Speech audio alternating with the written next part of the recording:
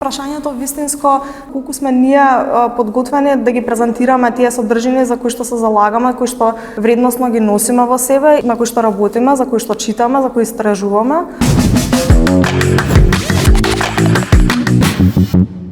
Така што би рекла дека тука фокусот би требало повеќе да биде кон понудата од наша страна. На тој начин би се градела самата публика, а не би се очекувало ние да ја понудиме на публиката нешто кое што таа веќе го прима секојдневно во системот во кој живее. Имаме текстови од различни тематски области. Во рамки на културата имаме текстови кои што опфаќаат тоа што се нарекува висока култура и она кое што народски се нарекува ниска култура, односно текстови кои што се бават со книжевност и со визуелна уметност и со етнографска белешка, кои што го испитуваат фолклорот, кои што се занимаваат исто така со визуелната култура, перформативното.